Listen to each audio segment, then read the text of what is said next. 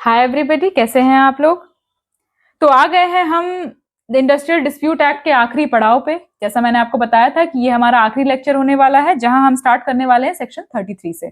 In this lecture we will deal with the remaining sections.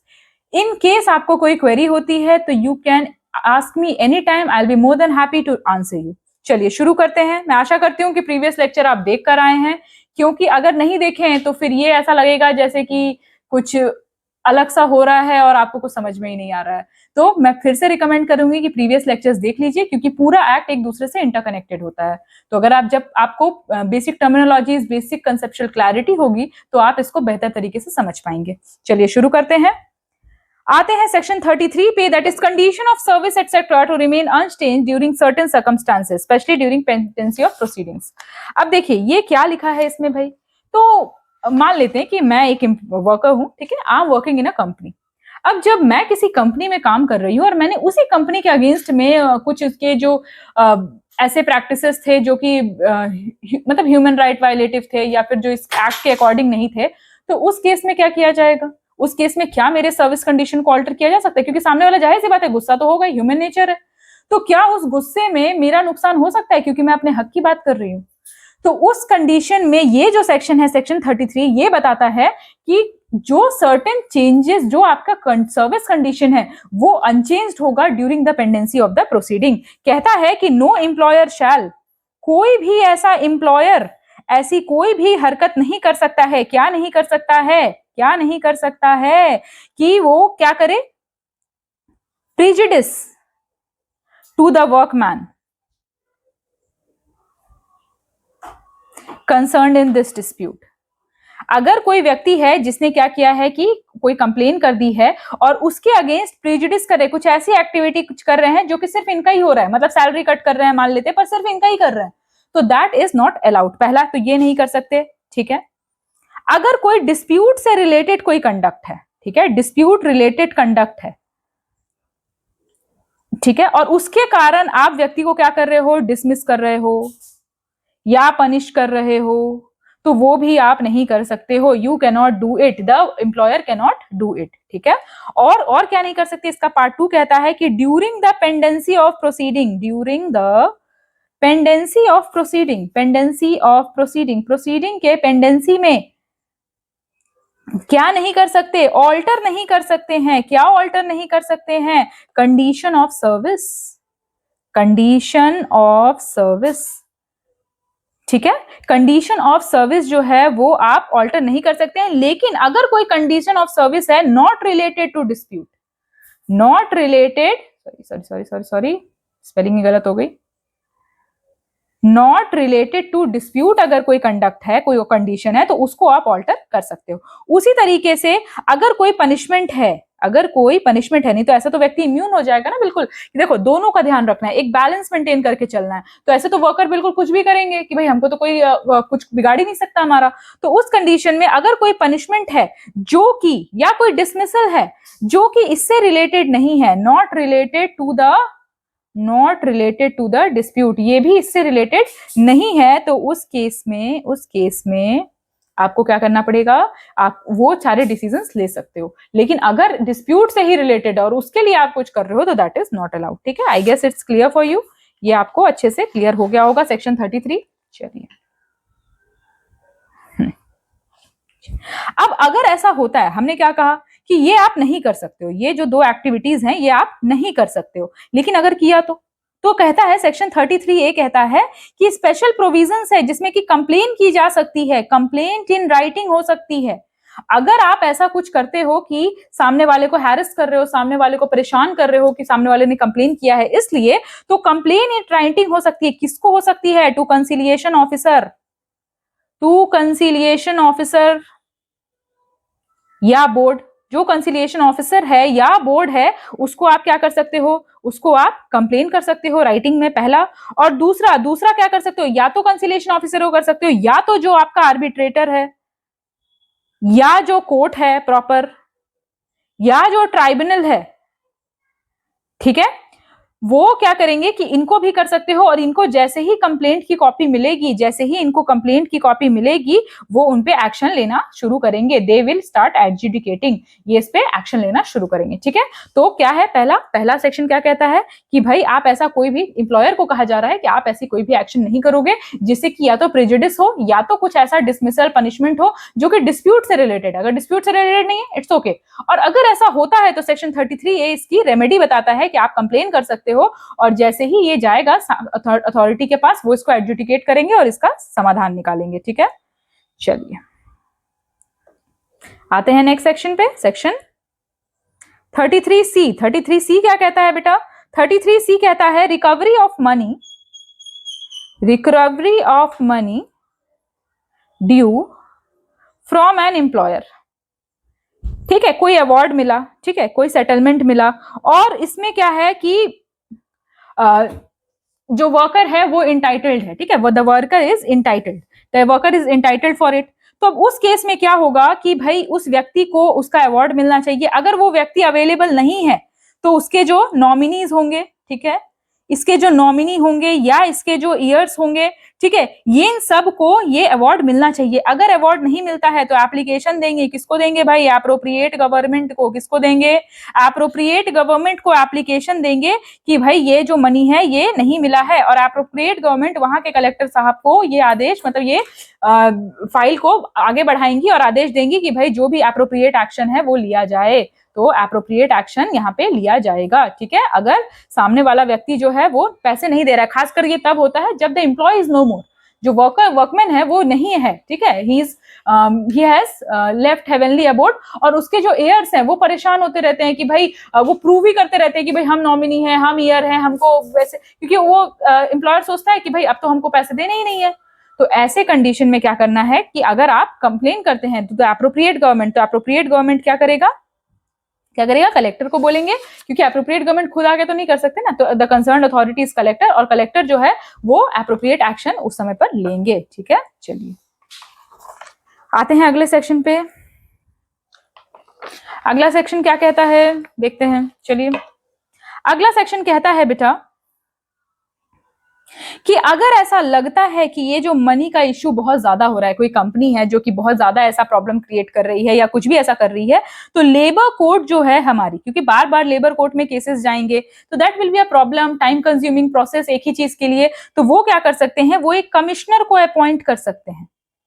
They can appoint a commissioner जो कि सारे evidence को collect करे, है ना, सारी चीजों को देखे, जो भी पावर्स दिए गए हैं, और उसके बाद उसको सबमिट करे। कहां? Submit to the labour court.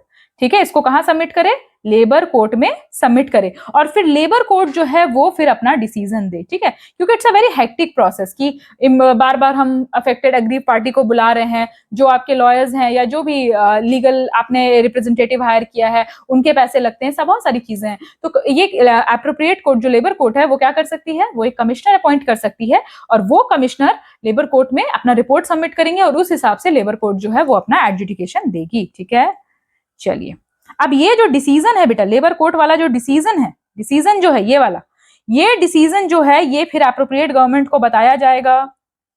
ठीक है, एप्रोप्रिएट गवर्नमेंट को बताया जाएगा, और ये भी बताया जाएगा कि कितना अमाउंट ड्यू है। ये सारी चीजें एप्रोप्रिएट गवर्नमेंट के पास रिपोर्ट होगी। ठीक है, इसलिए कहते हैं सरकार के पास सब कुछ रहता है, मतलब जो बड़ी बड़ी इंडस्ट्रीज है ना, उसका पूरा डेटा, पूरा डॉक्यूमेंट जो है वो गवर्नमेंट के पास रहता है, ताकि ये चेक हो सके कि प्रॉपरली सारी चीजें हो रही है कि नहीं हो रही है।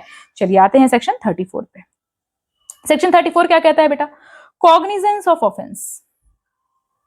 कॉग्निजेंस ऑफ ऑफेंस, ठीक है, कॉग्निजेंस ऑफ ऑफेंस पहला क्या कहता है कि देखो बेटा, सीओ मोटो कॉग्निजेंस नहीं है यहाँ पे कंप्लेंट करना पड़ता है। ठीक है, कंप्लेंट फाइल करना पड़ेगा अगर आपके साथ कुछ गलत हो रहा है। तो ऐसा नहीं है कि कोई कोर्ट या कोई भी खुद से इसका कॉग्निजेंस ले लेंगे, एक प्रॉपर कंप्लेंट चाहिए टू टेक द कॉग्निजेंस, पहला। और जो कोर्ट होंगे बेटा वो क्या होंगे? ये हम पहले भी पढ़ चुके हैं कि मेट्रोपॉलिटन मजिस्ट्रेट का कोर्ट होगा। ठीक है, मेट्रोपॉलिटन मजिस्ट्रेट या फिर judicial magistrate first class, JMFC. ठीक है। तो जेएमएफसी जो है जुडिशियल मजिस्ट्रेट फर्स्ट क्लास जो है वो इसके ऑफेंस को ट्राई करेंगे। नो लोअर को जो जुडिशियल मजिस्ट्रेट सेकंड क्लास होते हैं या फिर और भी जो अथॉरिटीज हैं जुडिशियल ऑफिसर्स हैं वो इसको ट्राई नहीं करेंगे। कम से कम एक मेट्रोपॉलिटन मजिस्ट्रेट या जुडिशियल मजिस्ट्रेट फर्स्ट क्लास होने चाहिए। ठीक है, चलिए सेक्शन 35 क्या कहता है? Protection of persons. अब देखो क्या होता है कि कोई भी एक्शन हो रहा है, ठीक है, जैसे कोई भी स्ट्राइक हो रहा है या कुछ भी हो रहा है, तो कुछ लोग होंगे जो इसमें नहीं पढ़ना चाहते हैं, कुछ लोग होंगे जिनको अगर कंपनी ने निकाल दिया या कुछ भी हो गया तो उनको बहुत इफेक्ट पड़ेगा, बहुत ही हम्बल बैकग्राउंड से आते हैं ना, तो वो चाहते हैं कि भाई हम इससे दूर रहें। तो जो उनका ग्रुप है, जो ट्रेड यूनियन है, वो क्या करेंगे? उनको हैरेस भी कर सकते हैं, उनको मार पीट सकते हैं, या फिर उनको अपने ग्रुप से बाहर भी कर सकते हैं, या उनको और भी तरीकों से परेशान कर सकते हैं कि भाई तुम सपोर्ट नहीं कर रहे हो, है ना, बहुत सारी चीजें बोल सकते हैं, जो इल मैनर्ड वर्ड्स हैं वो यूज कर सकते हैं वहां पर। ठीक है, तो क्या है, उनको प्रोटेक्ट करने का कोई क्लॉज है क्या कि अगर कोई व्यक्ति है जो नहीं चाहता है कि ऐसे किसी स्ट्राइक, ऐसे किसी लॉकआउट में वो भाग ले, तो उसमें सरकार क्या कहती है कि अगर उसको ट्रेड यूनियन एक्सपेल कर देता है अपने ग्रुप से या उस पे फाइन लगाते हैं कुछ भी ऐसा, ठीक है, तो उस केस में वो क्या कर सकता है? वो जा सकता है कोर्ट में। ठीक है, वो कहां जा सकता है? अगर ऐसा कुछ कर रहे हैं तो ये चीज सही नहीं है, ठीक, दिस इज नॉट राइट, और वो व्यक्ति जा सकता है कहां? सिविल कोर्ट में। और सिविल कोर्ट जो है वो रिस्टोर कर सकते हैं उसका मेंबरशिप। सिविल कोर्ट जो है वो उसको क्या करेंगे? मेंबरशिप को रिस्टोर कर देंगे, और इसके साथ साथ मेंबरशिप को रिस्टोर करेंगे और फाइन को भी एग्जेम्प्ट कर देंगे। क्यों? क्योंकि देखो ये खुद का डिस्क्रिशन है। जब मैंने ट्रेड यूनियन एक्ट आपको पढ़ाया था ना, तो मैंने पहली चीज बताई थी कि मेंबर्स जो है वो वॉलंटरी आते हैं, कोई कंपल्शन नहीं है। जैसे कि आपको है कि मास्टर रोल में आपका नाम होना जरूरी है, अगर आप एम्प्लॉय हैं तो that is a compulsion, that is involuntary, आपका नाम होगा ही होगा। लेकिन अगर आप किसी ट्रेड यूनियन की या किसी ग्रुप के मेंबर हैं और वो कोई स्ट्राइक करना चाहते हैं या कुछ भी करना चाहते हैं, तो वो आपका अपना डिस्क्रिशन है, कोई आपको फोर्स नहीं कर सकता कि भाई आपको करना ही पड़ेगा ये चीज। ठीक है, तो इस चीज का प्रोटेक्शन यहाँ पे कोर्ट ने दिया है। ठीक है, चलिए आई गेस आपको ये क्लियर होगा। चलिए, I'm so sorry, ये बैक हो गया। ठीक है, तो ये आपको रिस्टोर करना ही पड़ेगा। चलिए आते हैं अब अगले सेक्शन में। सेक्शन 36A क्या कहता है? Power to remove difficulties. क्या है भाई ये? देखो छोटे छोटे सेक्शन है, बहुत ज्यादा बड़ा नहीं है। जो बड़े सेक्शन है ना, सेक्शन 25 एंड ऑल, ये हम बहुत डिटेल में बहुत आराम से पढ़ चुके हैं। बेयर एक्ट से जब आप पढ़ेंगे तो आपको खुद ये समझ में आ जाएगा। मतलब मुझे ये बताने की आपको जरूरत नहीं है कि आप यहाँ पे डिटेल में पढ़ रहे हैं या कुछ भी, आप खुद ये एनालाइज कर सकते हो that what is the quality you are getting.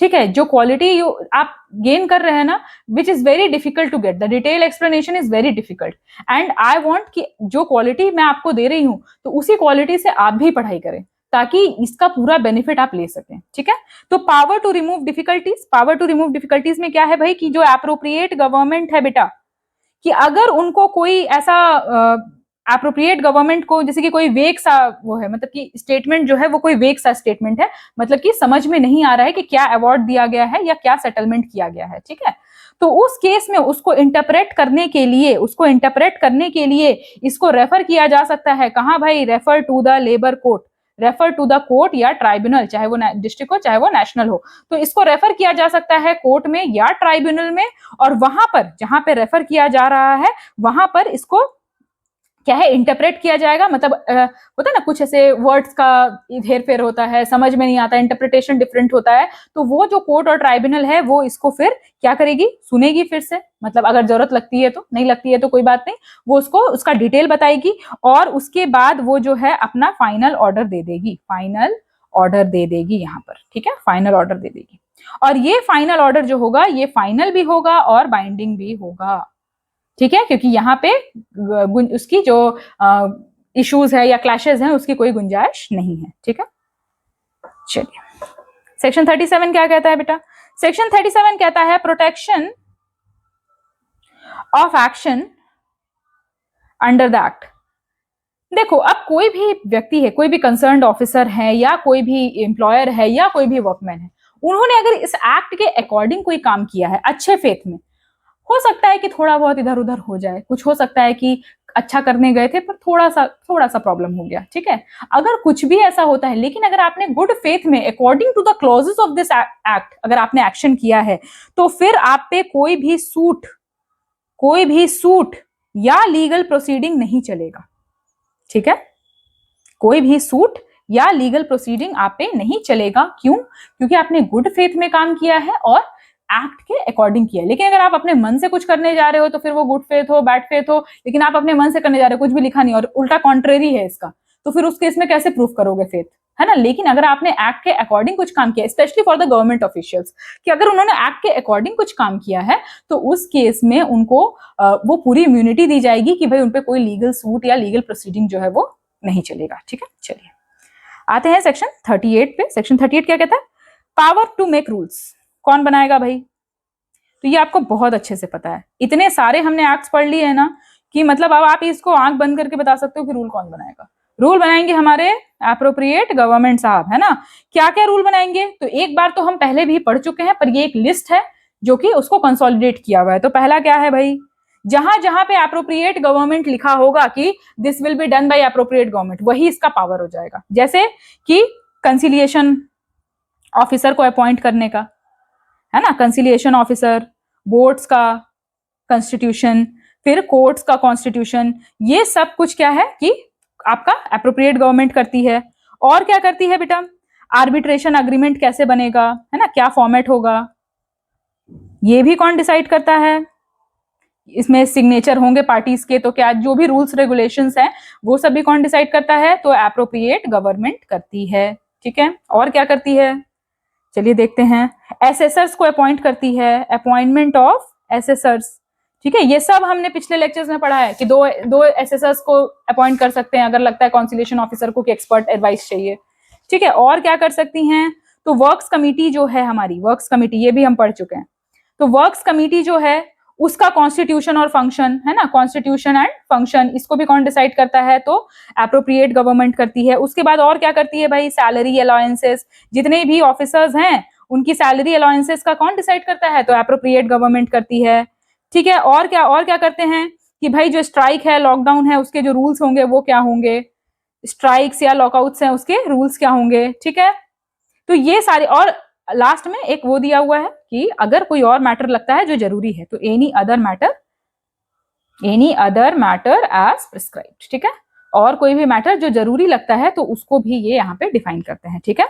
चलिए, आई गेस आपको ये क्लियर होगा कि एप्रोप्रिएट गवर्नमेंट के पास बहुत सारा पावर है। चलिए सेक्शन 39। सेक्शन 39 क्या कहता है बेटा?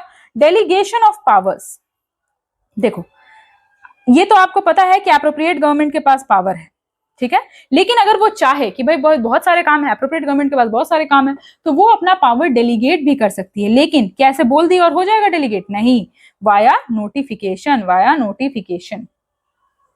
कैसे डेलीगेट करेगी बेटा? नोटिफिकेशन के थ्रू। कहां? ऑफिशियल गजट में, via notification in the official gazette. Official gazette में एक नोटिफिकेशन के थ्रू। तो अगर एप्रोप्रिएट गवर्नमेंट सेंट्रल गवर्नमेंट है तो वो किसको दे सकती है? वो दे सकती है स्टेट गवर्नमेंट को या फिर किसी रिप्रेजेंटेटिव को, ठीक है। कोई ऑफिसर हो गए, कुछ भी, ठीक है। जैसे आप कल को ऑफिसर बनोगे तो आपको मिल सकता है ये पावर, ठीक है, जब आप सीनियर पोस्ट पे चले जाओगे। अगर एप्रोप्रिएट गवर्नमेंट स्टेट गवर्नमेंट है तो वो तो स्टेट को देगी नहीं, तो वो क्या करेगी? अपने रिप्रेजेंटेटिव को, जो भी ऑफिशियल्स हैं उसको दे सकती है, ठीक है। चलिए अब आते हैं लास्ट सेक्शन में। लास्ट सेक्शन है हमारा power to amend schedules. Power to amend schedules, बेटा 5 स्केड्यूल्स हैं इसमें, अभी हम पढ़ेंगे थोड़ा सा। तो पावर टू अमेंड स्केड्यूल्स में क्या है भाई? किसको है पावर? तो ये पावर भी किसको दिया गया है? एप्रोप्रिएट गवर्नमेंट को दिया गया है, ठीक है। एप्रोप्रिएट गवर्नमेंट को दिया गया है। कैसे भाई? By notification in the official gazette, ठीक है। अमेंड शेड्यूल को अमेंड करने का भी किसको पावर है? गवर्नमेंट को है, बाय द ऑफिशियल गजट। अब देखो बेटा, ये क्या है? ये एक लीगल, जैसे कि लॉ अमेंड होता है ना। अब लॉ अमेंड आपने पॉलिटी में बहुत अच्छे से पढ़ा है कि क्या प्रोसेस है। पहले हाउसेज में जाएगा, है ना, फिर एसेंट के लिए जाएगा, मेजॉरिटी होनी चाहिए। तो उसी तरीके से जो प्रोसेस आपका किसी भी लॉ को अमेंड करने का है, सेम प्रोसेस वही है। स्टेट गवर्नमेंट होगा तो स्टेट लेजिस्लेचर करेगी, सेंट्रल गवर्नमेंट अगर अमेंड करना चाहती है तो उसको सेंट्रल लेजिस्लेचर के सामने जाना पड़ेगा, ठीक है। आई गेस ये आपको क्लियर होगा। कोई भी क्वेरी होती है बेटा, कोई भी, थोड़ा सा ये सीरीज जो है वो लंबा हो गया क्योंकि एक्ट बहुत लंबा था। एक और एक्ट है जो लंबा है, वो है फैक्ट्रीज एक्ट, ठीक है। आप खुद देखिएगा, उसमें मतलब लगभग 150 से सेक्शन 140 सेक्शंस हैं, तो आपको वो भी थोड़ा सा लंबा जाएगा। बट फिर वही बात है कि अगर आप इतने बड़े एग्जाम की तैयारी कर रहे हो तो फिर इतने छोटे छोटे चीजों से क्या डरना, है ना। तो ये जो है ये हमारा हमने आज खत्म किया है। मैं एक बार शेड्यूल्स आपको बता देती हूँ, फिर हम अगले जो है अगला जो एक्ट है वो शुरू करेंगे अगले लेक्चर से। तो चलिए शेड्यूल्स पे आते हैं। Bare act please please please अपने साथ रखिए, ठीक है। मैं फिर कहूंगी, bare act is the ultimate source, कुछ भी बेयर एक्ट से बाहर नहीं आ सकता। जो भी मिसलेनियस टॉपिक्स है बेटा, जो थ्योरी वाले टॉपिक्स है वो मैं अलग से कवर करूंगी, उसके लिए टेंशन लेने की बिल्कुल जरूरत नहीं है। Till the end of the series you will be able to answer, you will be in a position to answer all the previous years, ये गारंटी है, ठीक है। चलिए आते हैं शेड्यूल्स पे। तो शेड्यूल में जो पहला पार्ट है बेटा, जो हमारा पहला पार्ट है वो क्या कहता है, पहला जो शेड्यूल है, schedule 1। Schedule 1 deals with industries that may be declared to be public utility service। Public utility service कौन कौन सी है, क्योंकि हम बार बार बोल रहे हैं कि भाई अगर पब्लिक यूटिलिटी सर्विस होता है, मैंने आपको लेक्चर में बताया भी था कि एक लिस्ट है ना। तो वो लिस्ट कहाँ है, वो कौन सा लिस्ट है, तो वो है लिस्ट आपका शेड्यूल 1, ये ध्यान में रखिएगा। इसमें टोटल आपके हैं कितने आइटम है, 33 आइटम्स है, ठीक है। जिसमें बैंकिंग है, सीमेंट है, कोल है, फूड स्टफ्स है, डिफेंस है, सर्विस कंडीशन है, ठीक है। ये सारी चीजें इसमें मेंशन्ड है। एक बार आप शेड्यूल 1 रेफर कर लीजिएगा, बस एक बार पढ़ लेना ताकि थोड़ा सा याद रहे, ठीक है। तो ये आपका शेड्यूल 1 है। शेड्यूल 2 किससे डील करता है बेटा, शेड्यूल 2 जो है वो आपका डील करता है matters of jurisdiction. Labour court कौन कौन से मैटर में ज्यूरिसडिक्शन ले सकती है, ठीक है। मैंने बार बार बताया कि भाई लेबर कोर्ट जाना है, नहीं तो आपको ट्राइब्यूनल में जाना है, तो भाई कैसे पता चलेगा कि लेबर कोर्ट जाना है। तो मैटर्स जो है वो कौन कौन से मैटर्स हैं जो कि लेबर कोर्ट के ज्यूरिसडिक्शन में आते हैं, ज्यूरिसडिक्शन ऑफ लेबर कोर्ट। तो ये आपको कहां मेंशन्ड है बेटा, तो ये है शेड्यूल 2 में, ठीक है। 6 टॉपिक्स हैं, ठीक है, 6 टॉपिक्स हैं आपके, बस एक बार इसको, ये सारे को आपको रेफर करना है, ऐसा नहीं है। और कोई भी क्वेरी हो इससे रिलेटेड अगर, तो आप आराम से पूछ सकते हैं, ऐसा नहीं है कि आप नहीं पूछ सकते, ठीक है। फिर शेड्यूल 3 किससे डील करता है, तो शेड्यूल 3 डील कर सकता है क्या, किससे, तो मैटर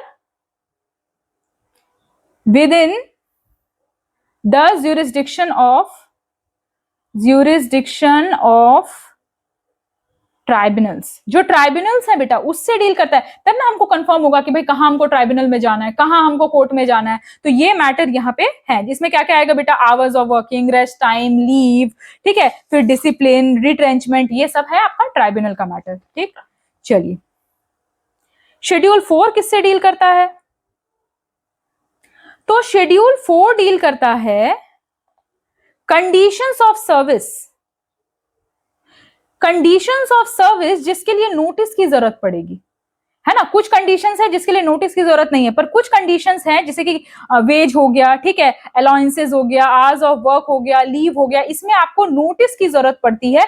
किस किस चीज में पड़ती है, क्योंकि एम्प्लॉयर अपने मन से नहीं कर सकते, तो वो आपका शेड्यूल 4 में मेंशन्ड है, ठीक है।